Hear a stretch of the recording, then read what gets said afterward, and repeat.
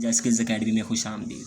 आज के लेक्चर में हम लेटर जे सीखेंगे। जे के डिस्प्ले मार्कर की नोक लगानी है, नोक नीचे से ऊपर की तरफ लगानी है और ये जे मार्कर का मोटा हिस्सा और यहाँ से मार्कर को ऊपर की तरफ लेके जाते हैं। नोक मार्कर की मोटाई और ये नोक मार्कर का मोटा हिस्सा और ये नोक और 2 टाइम मार्कर मूव करना है।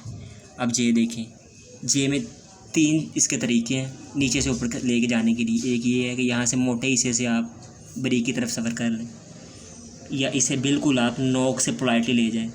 ये तीसरा ये है कि यहाँ से आप इसे ये देखें नोक से ऊपर ले जाएं, जस्ट नोक यूज़ करते हुए और 2 टाइम मूव कर दें इसे बड़ी नरमी के साथ। जे की शेप दोबारा देखें।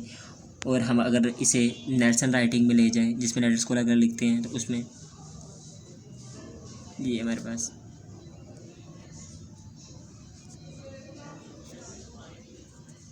दोबारा देखें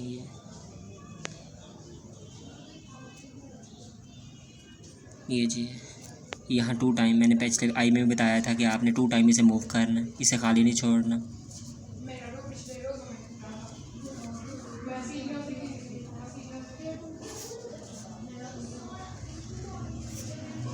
जी आज के लेक्चर में हमने जी पे डिस्कशन की।